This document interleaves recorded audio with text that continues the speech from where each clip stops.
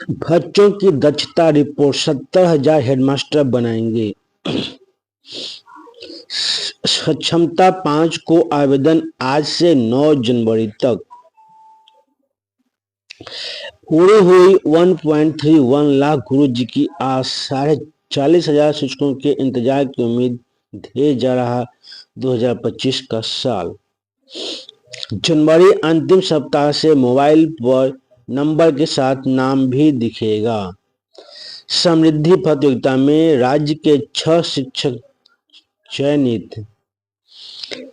सारण शिक्षक निर्वाचन क्षेत्र के लिए अंतिम निर्वाचक सूची प्रकाशित। विद्यालय अध्यापक को कालबद्ध प्रोन्नति और स्थानांतरण की मांग को लेकर धरना। समतुल्य आवासीय विद्यालय की मुख्य परीक्षा 7 जनवरी को। सक्षमता परीक्षा पंचम को आज से ऑनलाइन आवेदन प्रक्रिया शुरू। जेईई एडवांस 17 मई को, 23 अप्रैल से भरे जाएंगे फॉर्म। अपर सचिव को मदरसा संस्कृत बोर्ड के वरीय पदाधिकारी का प्रभार। इंटरमीडिएट की प्रायोगिक परीक्षा का एडमिट कार्ड जारी। 17 नए केंद्रीय विद्यालयों में अगले सत्र से शुरू होगी पढ़ाई। खुलेंगे आईसीटी लैब, बढ़ेंगे स्मार्ट क्लास। अपर सचिव को मदरसा संस्कृत बोर्ड का प्रभार। सुनील कुमार को मिला बेस्ट शिक्षा मंत्री का पुरस्कार। स्कूलों में 1,61,000 टैबलेट का किया गया वितरण। 5,000 स्कूलों में आईसीटी लैब खुलेगी। 6,113 उच्च माध्यमिक में स्मार्ट क्लास शुरू होगी।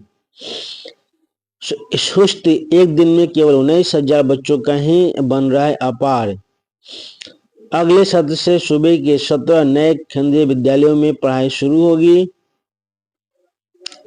1 जून को फाइनल आंसर की और रिजल्ट जारी होगा। 3 मार्च की बोर्ड परीक्षा तिथि में बदलाव। हर प्रखंड के 5 स्कूलों को बनाया जाएगा सेंटर ऑफ एक्सीलेंस। हर प्रखंड के 5 स्कूलों को बनाया जाएगा सेंटर ऑफ एक्सीलेंस। फर्जी गुरुजी आउट, 422 मतदाता साफ। शिक्षा कोष पोर्टल में 20 विद्यालयों में कक्षा 1 में बच्चों की संख्या 0। परीक्षा पे चर्चा की रफ्तार धीमी। राज्य में अब तक महज 9% रजिस्ट्रेशन हुए। पहली बार चर्चा में पेरेंट्स भी होंगे शामिल।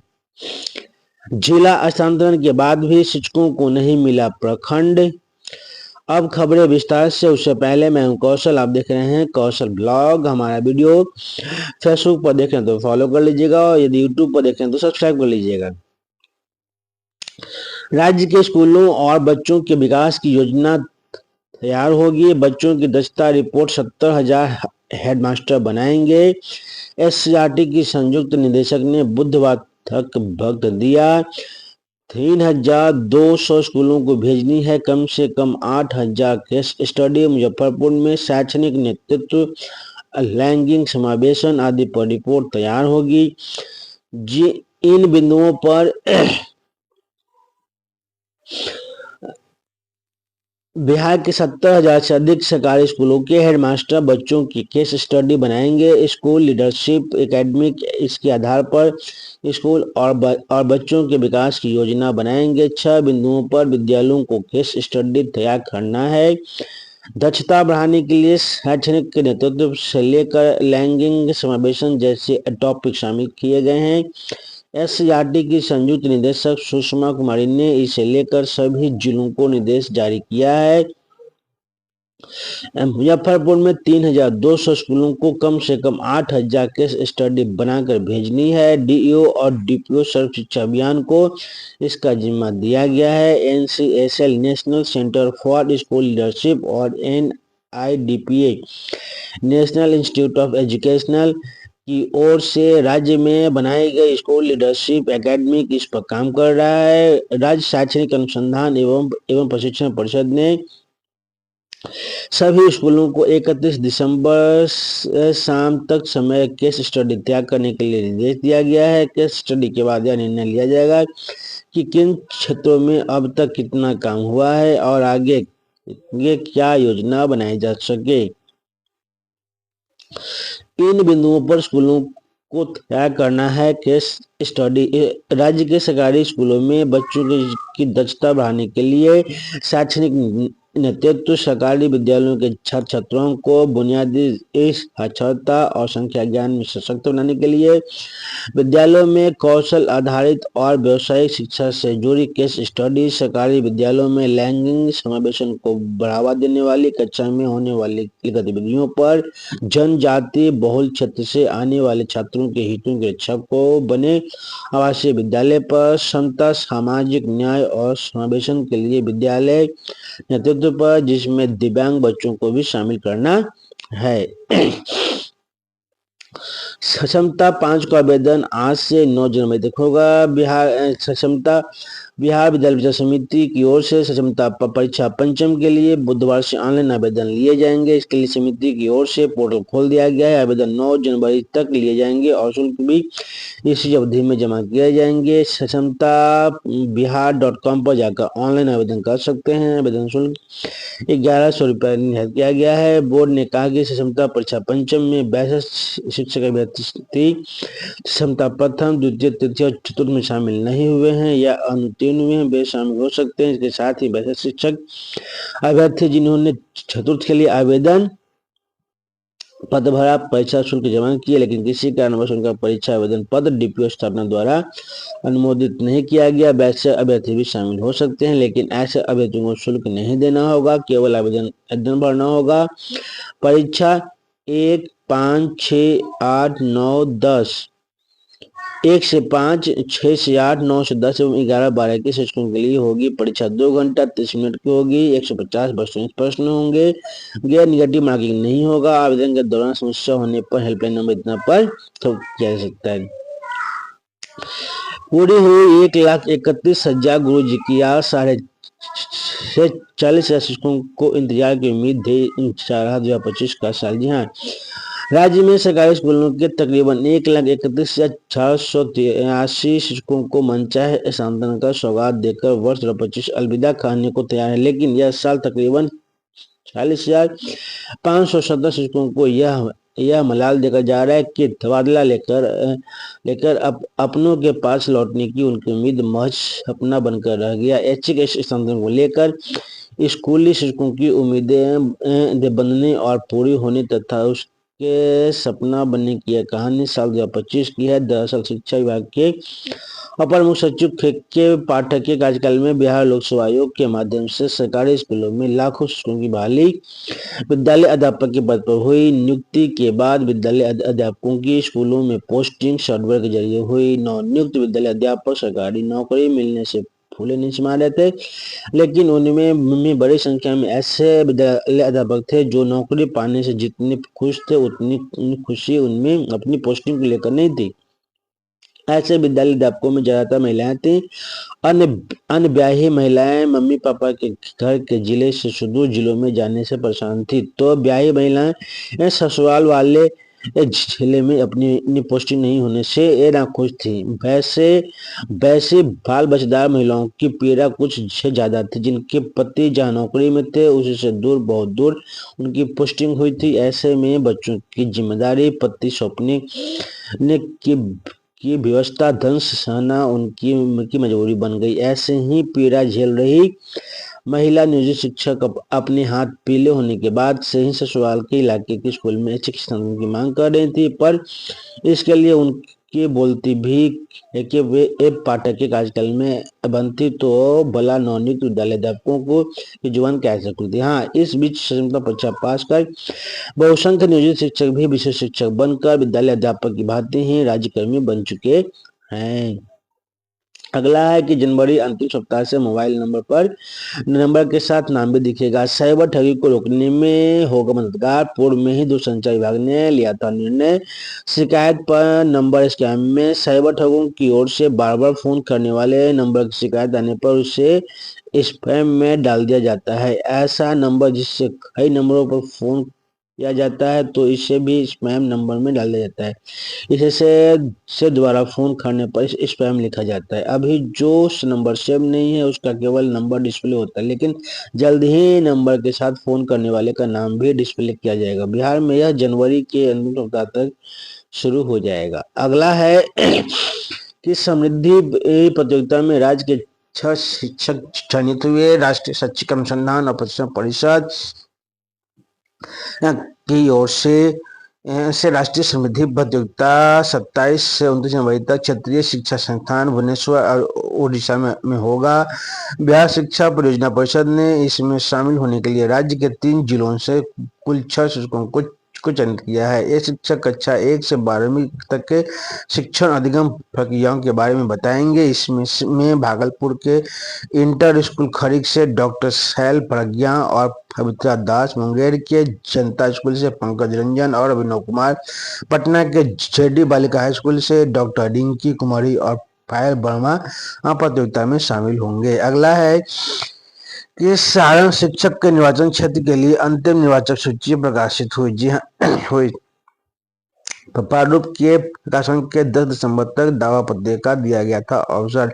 कम से कम 3 वर्ष तक शिक्षण काल था जरूरी। शिक्षक निर्वाचन के अन्य मामले में नाम जुड़वाने के लिए आयोग ने शिक्षकों को अर्हता तिथि 1 नवंबर 2025 से पूर्व के 6 वर्षों में कम से कम 3 वर्ष तक शिक्षण कार्य होना चाहिए यह तय किया था। साथ ही आवेदक को सारण शिक्षक निर्वाचन क्षेत्र का असामान्य निवासी होना जरूरी था। आवेदन के साथ पिछले 6 वर्षों में कम से कम 3 वर्ष तक शिक्षण कार्य का प्रमाण पत्र अनिवार्य रूप से संलग्न करना अनिवार्य था। शिक्षक निर्वाचन के लिए जिला में डीओ संयुक्त विधानसभा के ईआरओ ईआरओ के लिए निर्वाचन पदाधिकारी है। अगला है कि विद्यालय अध्यापक को कालबद्ध प्रोन्नति। जी हाँ, बिहार पंचायत नगर प्राथमिक शिक्षक संघ की गोपालगंज इकाई द्वारा डीईओ को सौंपे गए मांग पत्र पर तत्काल संज्ञान लिया गया। डीईओ योगेश कुमार ने नियोजित शिक्षक, विशेष शिक्षक एवं विद्यालय अध्यापक के कालबद्ध प्रोन्नति का पद निर्गत कर दिया है। इसके लिए नियोजित शिक्षक वर्षों से आंदोलनरत थे, उनका इंतजार खत्म हो गया है। जो नियोजित शिक्षक आज विशेष शिक्षक विद्यालय अध्यापक बन चुके हैं, उनकी पूर्व सेवा के आधार पर प्रमोशन के लिए उनके मन में संशय की स्थिति थी। प्रोन्नति और स्थानांतरण की मांग को लेकर धरना भोपाल शहर के अम्बेडकर चौक पर मंगलवार को बिहार राज्य प्राथमिक शिक्षक संघ गोपालगंज के बैनर तले शिक्षकों ने धरना देते हुए विभिन्न मांगों की पूर्ति को लेकर आवाज उठाई। धरना की अध्यक्षता संघ के जिला अध्यक्ष रतिकांत शाह ने किया। मुख्य रूप से निजी शिक्षकों की प्रोन्नति एवं स्थानांतरण की मांग को लेकर प्रदर्शन भी किया गया। जिलाध्यक्ष ने कहा कि 20 वर्षों से निजी शिक्षक विभाग के उदासीन रवैये के कारण नियम होने के बावजूद प्रोन्नति एवं स्थानांतरण पाने से वंचित हैं। बिहार पंचायत नगर निकाय प्राथमिक शिक्षक नियोजन नियमावली 2006 के यथा संशोधन नियमावली 12 एवं 20 की कनिका क्रमशः 15-16 में निहित प्रावधान होने के बावजूद स्नातक ग्रेड शिक्षक प्रोन्नति, विद्यालय के प्रधानाध्यापक पद और कालबद्ध वेतन उन्नयन नहीं किया गया। नियमावली की कनिका 15 में ही जरूरतमंद शिक्षकों को नियोजन निकाय से बाहर ऐच्छिक एवं पारस्परिक स्थानांतरण नीति होने के बावजूद उससे वंचित रखे हुए हैं। अगला है कि समतुल्य आवासीय विद्यालय की मुख्य परीक्षा 7 जनवरी को होगा। बिहार विद्यालय परीक्षा समिति द्वारा समतुल्य आवासीय विद्यालय जमुई में 26-27 में 6ठी कक्षा में प्रवेश के लिए मुख्य परीक्षा 7 जनवरी को आयोजित होगी। परीक्षा के लिए प्रवेश पत्र जारी किया जा चुका है। प्राथमिक परीक्षा में उत्तीर्ण छात्र छात्राएं मुख्य रूप में शामिल होंगे। वे यूजर आईडी और पासवर्ड से लॉगिन कर प्रवेश पत्र डाउनलोड कर सकते हैं। मुख्य परीक्षा पटना मुख्यालय में स्थित 2 परीक्षा केंद्र शहीद राजेंद्र प्रसाद सिंह राजकीय उच्च माध्यमिक विद्यालय गर्दनीबाग पटना बालक के लिए और कमला नेहरू बालिका उच्च माध्यमिक विद्यालय यालपुर गर्दनीबाग बालिका के लिए में आयोजित होगी। पहली पाली की परीक्षा पेपर 1 के लिए सुबह 10 बजे से दोपहर 12:30 बजे तक आयोजित की जाएगी। अगला है क्षमता परीक्षा 5 को आज से ऑनलाइन आवेदन प्रक्रिया शुरू हो चुकी है। जेईई एडवांस 17 मई को 23 अप्रैल से भरे जाएंगे फॉर्म। आईआईटी रुड़की ने परीक्षा के लिए जारी किया कार्यक्रम। हर वर्ग के लिए निर्धारित है अलग अलग शुल्क। शुक्र आईआईटी रुड़की ने मंगलवार को जेईई एडवांस के लिए एक कार्यक्रम जारी कर दिया है। परीक्षा 17 मई 2026 को आयोजित की जाएगी। ये परिणाम 1 जून को जारी होगा। आईआईटी व एनआईटी के साथ अन्य इंजीनियरिंग संस्थानों में प्रवेश के लिए रजिस्ट्रेशन प्रक्रिया 2 जून से शुरू होगी। अभ्यर्थी वेबसाइट पर जाकर विस्तृत जानकारी हासिल कर सकते हैं। जेईई मेंस 2026 उत्तीर्ण करने वाले उम्मीदवार 23 अप्रैल सुबह 10 बजे से 2 मई रात 11:30 तक जेईई एडवांस सर्विस के लिए रजिस्ट्रेशन कर सकते हैं। अपर सचिव को मदरसा संस्कृत बोर्ड के बड़े पदाधिकारी का प्रभार दिया गया। जी हाँ, शिक्षा विभाग के अपर सचिव विजय कुमार को कार्य आवंटित करते हुए उन्हें बिहार राज्य मदरसा शिक्षा बोर्ड के बड़े पदाधिकारी एवं बिहार संस्कृत शिक्षा बोर्ड के बड़े पदाधिकारी का प्रभार दिया गया है।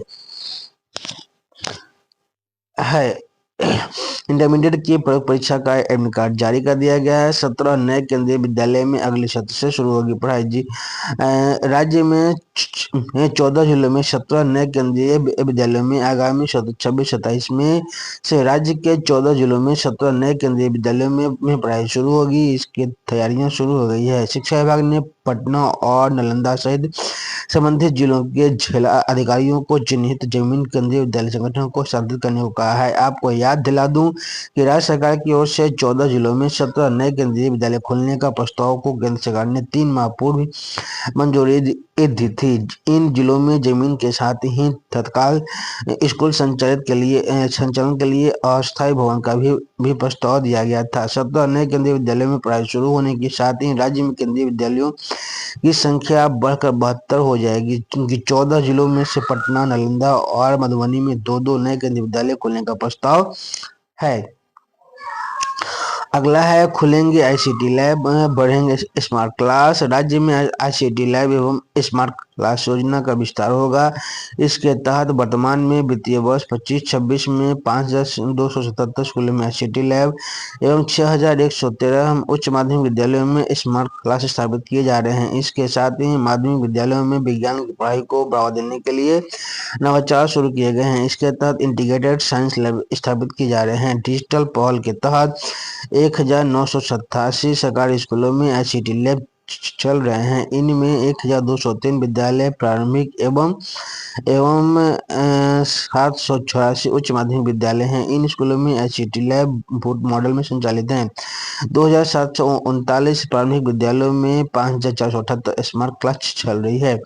वर्ष 2024-25 में 4,621 माध्यमिक विद्यालयों में इंटीग्रेटेड साइंस लैब की स्थापना की गई है। इनमें से 4,563 विद्यालयों में कार्य पूर्ण हो चुका है। इस वर्ष 3,991 माध्यमिक विद्यालयों में इंटीग्रेटेड साइंस लैब की स्थापना के लिए सामग्रियों की आपूर्ति हो चुकी है। इनमें से 1,529 विद्यालयों में लैब अधिष्ठापन का कार्य पूरा हो चुका है।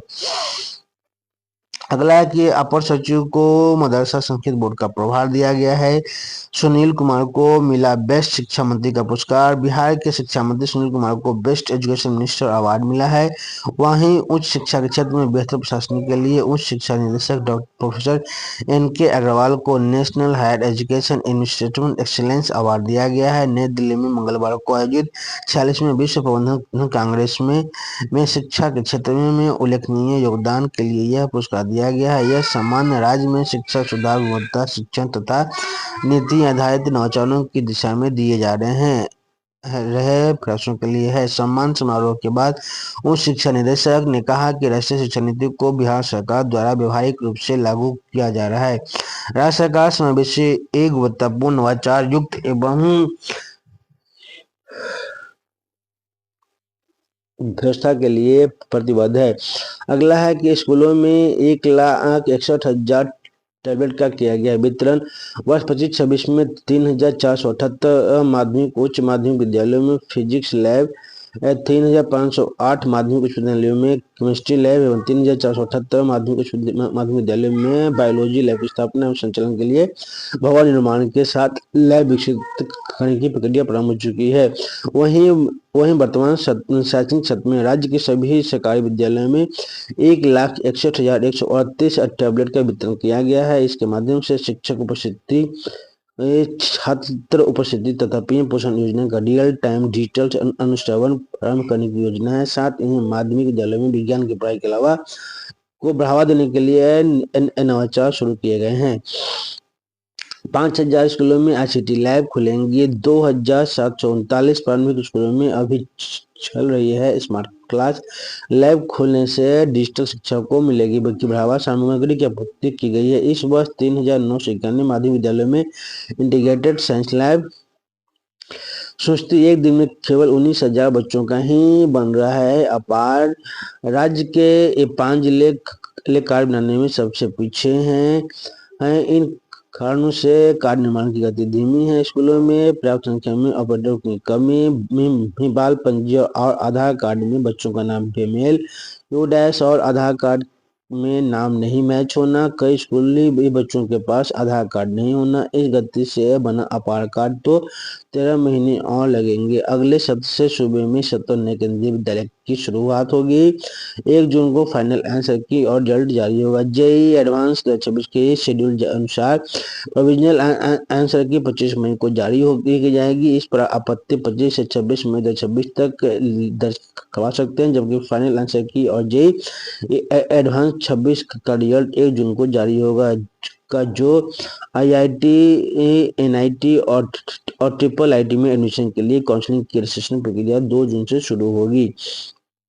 अगला है कि 3 मार्च की बोर्ड परीक्षा तिथि में बदलाव। केंद्रीय माध्यमिक शिक्षा बोर्ड ने 10वीं 12वीं की बोर्ड 26 की 3 मार्च को होने वाली परीक्षा में तिथि में बदलाव किया है। 10वीं का यह परीक्षा अब 11 मार्च को होगी। वहीं 12वीं की 3 मार्च को होने वाली परीक्षा 10 अप्रैल को ली जाएगी। बोर्ड ने कहा कि प्रशासनिक कारणों से तिथि में बदलाव किया गया है। बोर्ड ने स्पष्ट किया है कि इनकी अन्य परीक्षाओं की तिथि में कोई परिवर्तन नहीं किया गया है। बदलाव की गई तिथि को प्रवेश पत्र पर अंकित किया जाएगा। 3 मार्च को 10वीं बोर्ड के विद्यार्थियों की Tibetan, German, NCC, Spanish and accountancy में 13 विषयों की परीक्षा निर्धारित थी।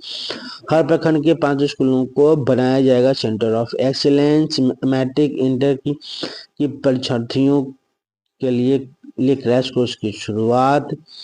ऑनलाइन क्लास की होगी सुविधा। व्यावसायिक शिक्षा के लिए प्रयोगशालाओं की स्थापना। शिक्षा के डिजिटल रिकॉर्डिंग का प्रयास। छात्रों के सर्वांगीण विकास पर दिया जा रहा है जोर। नए साल से बच्चों की भी बनेगी ऑनलाइन अटेंडेंस। फर्जी गुरुजी आउट हुए। 422 मतदाता साफ। सबसे कम सारण से सबसे अधिक बेतिया हुआ अब मोतिहारी से हटाए गए हैं।